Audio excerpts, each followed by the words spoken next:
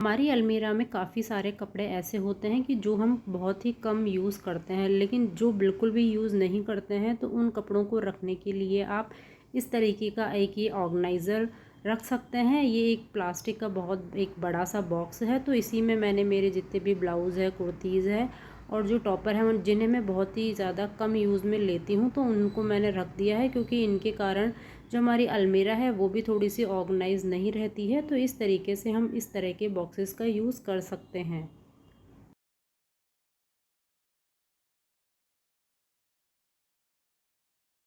घर में हमारे पास में छोटे टॉवल्स का भी बहुत ही ज़्यादा यूज़ होता है, लेकिन ये छोटे टॉवल्स कहीं कभार हमें नहीं मिल पाते हैं, तो इनके लिए आप एक अलग सा एक ऑर्गेनाइज़र बनाइए और उनमें अगर आप इन्हें सेट करेंगे तो जब भी हमें छोटे टॉवल्स का यूज़ करना होगा तो ईज़िली हम इन ऑर्गेनाइज़र्स में से हम छोटे टॉवल्स को ले सकते हैं।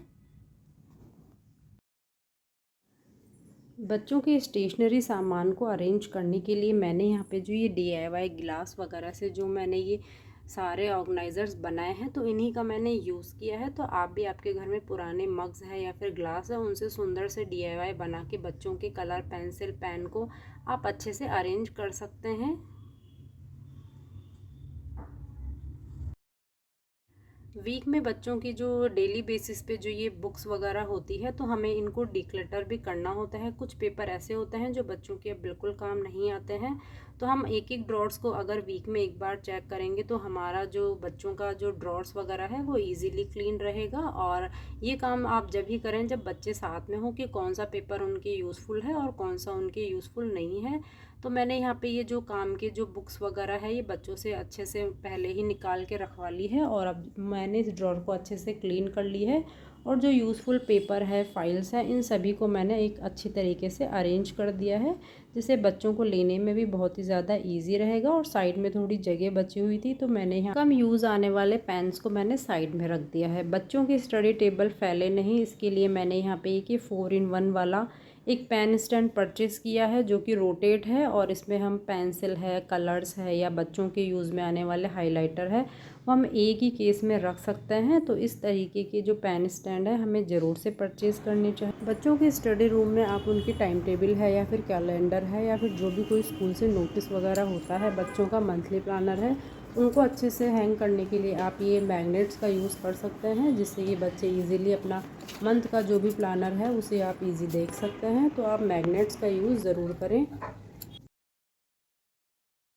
बारिश के दिनों में छोटे छोटे कॉकरोचेस का आना या फिर चींटियों का आना एक नॉर्मल सी बात है, तो इन्हीं सब से बचने के लिए जितने भी मेरे पास में कॉकरोच जेल है या फिर लक्ष्मण रेखा है, और या फिर जो कॉकरोच को हीट करने के लिए मेरे पास में एक ये लिक्विड जेल है, तो इन्हीं सबको मैंने एक साथ अरेंज किया है।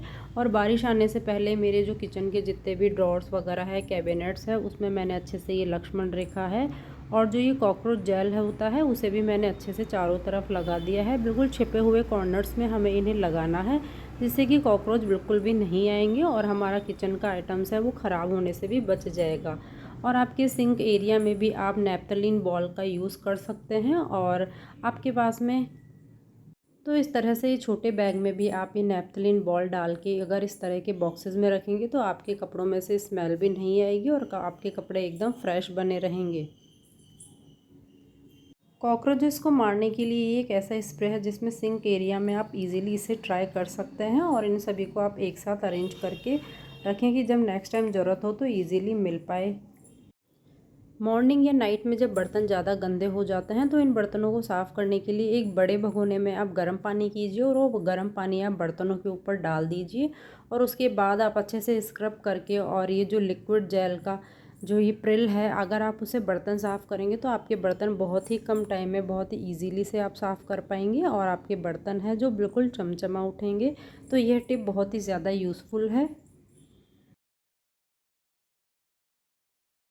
मार्केट में काफ़ी तरह तरह के ग्लास जार मिलते हैं, लेकिन मैंने यहाँ पे यूज़ किया है ये घी का। मेरे पास में एक जार था तो इसके ऊपर लेबल लगा था, तो मैंने उस लेबल को हटा लिया है, और अब जितना भी जो सामान है जो मुझे रखना है वो बिल्कुल अच्छे से मैं इसमें रख पाऊँगी, और मार्केट से ख़रीदने की मुझे अब ज़रूरत भी नहीं पड़ेगी। तो इस तरीके से काफ़ी सारे ऐसे जार मेरे पास में स्टोर हो गए हैं, तो इसमें मैं जैसे छोले हैं, चने हैं, जो भी आपको सामान रखना है तो वो आप इसमें रख सकते हैं। और जैसे कॉफ़ी हुई या ऐसे कुछ कुछ जो सामान हमारे कांच के जार्स में आते हैं तो उन पे आप लेबलिंग करके भी आप अपने किचन को बहुत ही ज़्यादा सुंदर सा बना सकते हैं। घर में अगर छोटे बच्चे हैं और ड्राई फ्रूट्स अगर बच्चों को खाने में पसंद है तो आप प्लास्टिक बॉक्स का ही यूज़ करें, कांच के जार्स का यूज़ बच्चों के लिए बिल्कुल भी नहीं करने दें। और घर में अगर बच्चे छोटे हैं तो इस टाइप की आपकी जो सॉस की बोतल होती है तो आप ये प्लास्टिक की बोतल यूज़ कर सकते हैं। इसमें बहुत ही बच्चों के लिए ईजी रहेगा, तो इस तरह से आप इसमें बच्चों को दे सकते हैं और बच्चे खुद भी इसमें से ले सकते हैं। तो ग्लास की बोतल का यूज़ ना करके आप प्लास्टिक की बोतल का यूज़ करें। और जो ये ग्लास की बोतल जब खाली हो जाती है तो उससे आप बहुत ही सुंदर सा एक डेकोर आइटम भी बना सकते हैं। मार्केट से हम जिंजर गार्लिक पेस्ट जब ख़रीदते हैं तो अभी जब आधी क्वांटिटी में हो जाते हैं तो इनको अच्छे से रखने के लिए मैंने यहाँ पे ये इस तरह का ऑर्गेनाइज़र का यूज़ किया है। तो आप जितने भी ऐसे जो सैशे होते हैं उनको इस ऑर्गेनाइज़र में रखेंगे तो आपके लिए काफ़ी ज़्यादा यूज़फुल होगा। किचन में हमने कई बार देखा है कि जो बड़े डिब्बे में है सामान जब कम हो जाता है तो उसे हमें छोटे डिब्बे में ट्रांसफ़र कर देना चाहिए, और जो बड़ा डिब्बा खाली हुआ है उसमें कुछ ऐसा सामान रखना चाहिए कि जो उस डिब्बे के साइज़ का हो। तो हमेशा हमें जो भी सामान रखना है वो डिब्बे के साइज़ के अकॉर्डिंग ही रखना है। जैसे 1 kg का अगर कोई सामान है तो आप वो 1 kg के बॉक्स में रखें, और अगर 2 kg का है तो आप वो 2 kg के बॉक्स में रखें, तो ये आपके लिए ज़्यादा ईजी होगा। और इस तरह के जो ये बॉक्सेस होते हैं अगर आप इनमें दाल चावल भी रखेंगे काफ़ी लॉन्ग टाइम तक तो आप इसमें तेज पत्ता डाल के रख दे तो इसमें जो जो कीड़े वगैरह होते हैं वो नहीं लगेंगे और आपके जो दाल चावल है काफ़ी टाइम तक चलेंगे। टोस्ट के छोटे छोटे टुकड़ों को आप अच्छे से इन्हें तोड़ लीजिए और उसके बाद में इसे मिक्सी में ग्राइंड कर लीजिए, और उसके बाद आप इसे एक डिब्बे में रख लीजिए कि जब भी आप ऐसे कोई डिश बनाएंगे उसमें जब ब्रेड क्रम्स का यूज़ हो तो आप इसे ईज़िली यूज़ ले सकते हैं। और किचन में हमारे पास में जो जूसर है या मिक्सी हुई उनका काफ़ी ज़्यादा यूज़ आता है, तो उनको यूज़ करने के लिए मैंने यहाँ पे जो नील पॉलिश वाइप्स होती है उन्हीं का यूज़ किया है। उससे आप इजीली एक पाइप से आप अच्छे से इनको क्लीन कर सकते हैं। तो यहाँ पे मैंने मेरा ये छोटा सा एक मिनी सा जूसर है तो मैंने इसको अच्छे से क्लीन कर लिया है। बहुत ही कम टाइम में बहुत अच्छे से ये क्लीन हो गया है।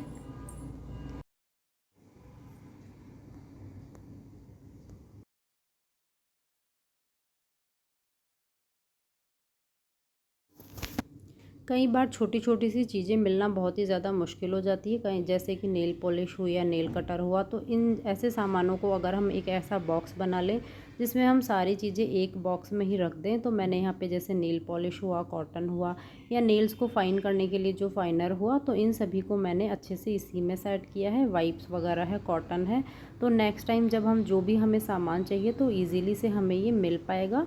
और इस तरह से आप ये DIY बॉक्सेस का यूज़ करेंगे तो आपका काम बहुत ही ज़्यादा ईजी हो जाएगा। किचन के टॉवल्स को साफ़ करने के लिए मैंने यहाँ पे यूज़ किया है 1 चम्मच बेकिंग पाउडर, और पानी गर्म कर लेना है हमें, और 1 से 2 चम्मच मैंने यहाँ पे विम जेल डाला है। और उसके बाद में जितने भी किचन के टॉवल्स वगैरह हैं या फिर रोटी के जो ये कपड़े होते हैं तो इनको भी मैंने अच्छे से इसी में डाल दिया है। और कुछ समय बाद देखेंगे कि एकदम ये बिल्कुल साफ़ होके निकल आएंगे। तो इस तरीके से आप वीक में आप ये जो किचन टॉवल्स होते हैं इनको आप अच्छे से साफ़ कर सकते हैं।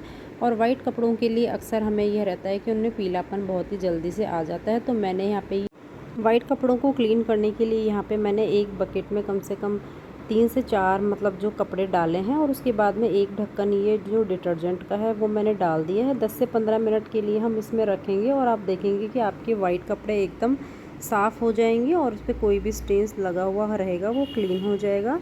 और उसके बाद जो इडली को स्पंजी बनाने के लिए आप जो उसका बैटर है वो नाइट में ही बना के रखें, और उसमें अच्छे से उसमें जितना आप इसे चलाएंगे तो उतनी ही ज़्यादा हमारी जो इडली है वो बहुत ही ज़्यादा स्पंजी और फ्लफ़ी बनेगी। तो मैंने यहाँ से 20 से 30 बार यहाँ से चम्मच से हमें इडली के बैटर को चलाना है।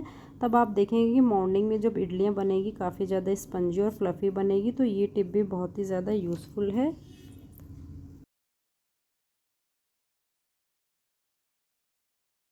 किचन में कई बार कुछ सामान ऐसा होता है कि जो दिखने में एकदम सेम ही लगता है, जैसे कि कुकिंग सोडा है और जो फिटकरी का पाउडर है बिल्कुल सेम ही लगता है। तो इसलिए अगर हम इनमें कंफ्यूज ना हो तो इसलिए हमें यहाँ पे लेबलिंग करना बहुत ही ज़्यादा ज़रूरी है कि कहीं हम कुकिंग सोडा की जगह फिटकरी ना डाल दे। तो यहाँ पे मैंने लेबलिंग कर ली है, कुकिंग सोडा लगा लिया है, और उसके बाद में मैंने जो ये मास्किंग टेप ली है उसका यूज़ किया है, और यहाँ पे इस पर फिटकरी लिख लिया है, जिससे कि मैं जब इसे ट्राई करूँगी तो ईज़िली डिब्बे में से मैं ले पाऊँगी। तो बहुत ही यूज़फुल टिप है। और जब भी हम क्राफ्ट का काम करते टाइम हमें टेप बहुत ही ज़्यादा यूज़फुल होती है, लेकिन ये टेप हमें कभी कभार नहीं मिल पाती है, कभी किस कोने में कभी किस कोने में। तो मैंने यहाँ पे एक ये डोरी ली है और जितनी भी टेप है तो आप इस डोरी में डाल लेंगे और कहीं हैंग कर देंगे तो ईज़िली आपको मिल पाएगी। और या फिर इस तरह के बंच को आप ड्रॉर्स में भी रख सकते हैं तो सारी टेप एक जगह ही आपको मिल जाएगी। कई बार हमारे पास में किचन में ये जो सॉसेस के पैकेट है या फिर जो कॉफ़ी के छोटे छोटे से पाउच होते हैं, ये एक बॉक्स में मैं रख लेती हूँ, लेकिन अच्छे से ये ऑर्गेनाइज़र नहीं हो पाते हैं तो काफ़ी जैसे बॉक्सेस हैं मैसी से लगते हैं। तो इन्हीं को अच्छे से अरेंज करने के लिए मैंने यहाँ पे एक ये कोलगेट का बॉक्स का जो खाली डिब्बा होता है तो मैंने ये लिया है। और इसको बीच में से इस तरह से मैंने इसके सेक्शंस बना दिए हैं कि जो इस डिब्बे में मैं इसे बना सकूं। और जितने भी सेक्शन बनेंगे तो उसमें हम जो सारा सामान है जैसे सॉसेस है या फिर जो कॉफ़ी के पाउचेज़ हैं या फिर जो मिल्क पाउडर है उन सबको अच्छे से हम अरेंज कर पाएंगे। यूटेंसिल साफ़ करने के लिए हमें इस तरह के स्पंज का ज़रूरत ही पड़ती है, लेकिन यह क्या होता है थोड़े दिनों बाद ही साफ़ करते करते इसमें जो अंदर का फ़ोम होता है वो साइड में से निकल जाता है। तो उस फ़ोम को हम एज़ इट इज़ रखने के लिए मैंने यहाँ पे इसकी चारों तरफ से इसमें सिलाई कर ली है, बीच में से और साइड्स में। तो इस तरह से अगर हम बर्तन साफ़ करेंगे तो हमारा जो ये स्क्रबर है काफ़ी टाइम तक चलेगा और जो बर्तन है वो भी अच्छे से क्लीन हो पाएंगे। जब भी हम मार्केट से कोई टॉपर है या फिर जो बच्चों की टी शर्ट्स वगैरह ख़रीदते हैं तो इस तरह की जो ये पैकेजिंग में होके आती है टी शर्ट, तो ऊपर के साइड इसमें एक ये हैंडल लगा हुआ है हैंग करने के लिए। तो मैं इसे बहुत ही सुंदर सा एक ऑर्गेनाइज़र बना रही हूँ, बहुत ही यूज़फुल है। आप इसे अच्छे से देख लीजिएगा, अगर आपको अच्छा लगे तो आप इसे ज़रूर ट्राई करना।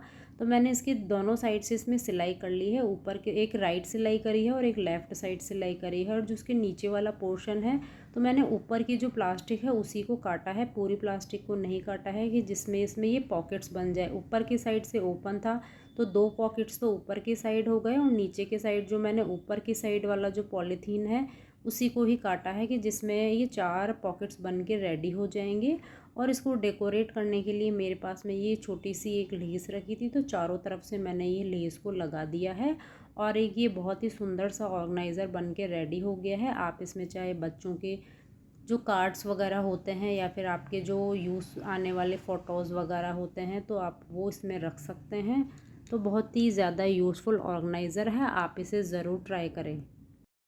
और इस तरीके के ऑर्गेनाइज़र है आप मार्केट्स में देखेंगे तो काफ़ी ज़्यादा कॉस्ट में हमें मिलते हैं और ये जो कॉस्ट है बिल्कुल ज़ीरो कॉस्ट DIY ही है और बनने में बहुत ही कम टाइम लगा और दिखने में काफ़ी ज़्यादा सुंदर। तो इस तरह के जो ज़ीरो कॉस्ट DIY होते हैं ये हमें अक्सर बना ही लेने चाहिए, क्योंकि हमें घर में काफ़ी सारी ऐसी चीज़ें होती है तो हमें उन्हें कहाँ यूज़ करना है। तो इसमें मेरे जितने भी कार्ड्स वगैरह है तो मैंने इनको सबको अच्छे से सेट कर लिया है और अलमारी में हैंग कर दिया है कि जिससे मुझे जो भी कार्ड वगैरह चाहिए होगा तो मैं इजीली इसमें से ले पाऊँ।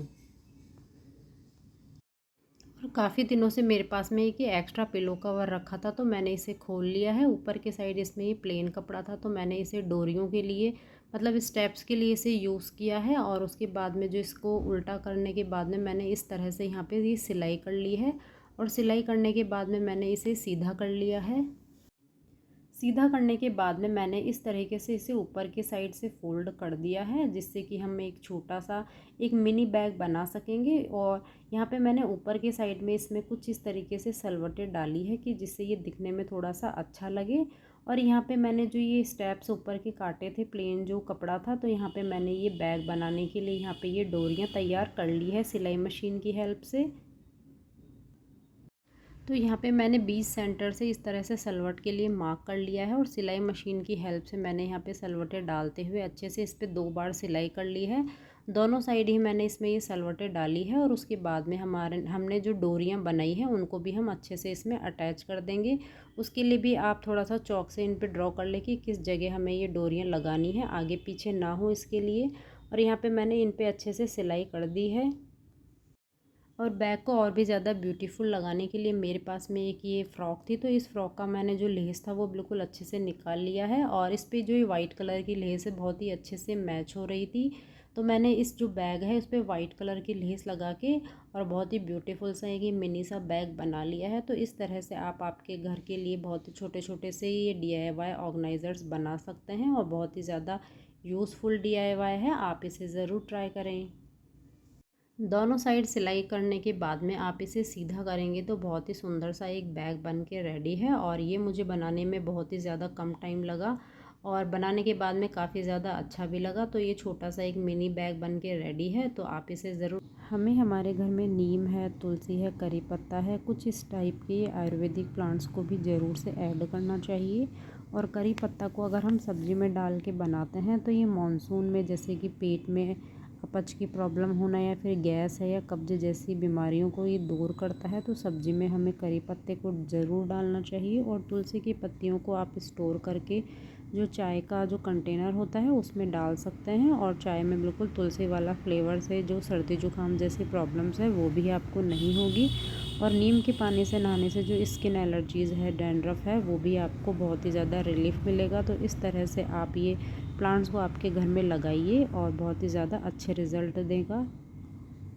पूजा घर में आप एक छोटा सा मिनी जो पिगी बैंक होता है उसे ज़रूर ऐड करें और डेली उसमें कॉइन्स भी डालें। और मंथ के एंड में इस कॉइन से जितना भी कलेक्शन होता है, पशुओं के लिए चारा वगैरह है या पक्षियों के लिए दाना पानी की व्यवस्था ज़रूर से करें। और उसके बाद में हम बच्चों को अक्सर जब लंच भेजते हैं तो उसके साथ ही एक मिनी लंच बॉक्स भी आप ज़रूर से भेजें। और ये लंच बॉक्स आप चाहे वर्किंग वूमेन है तो आप आपके पर्स में है या फिर बच्चों के पाउच वगैरह में भी रख सकते हैं। वीडियो पसंद आए तो लाइक ज़रूर करें। तो okay friends, thank you, bye bye.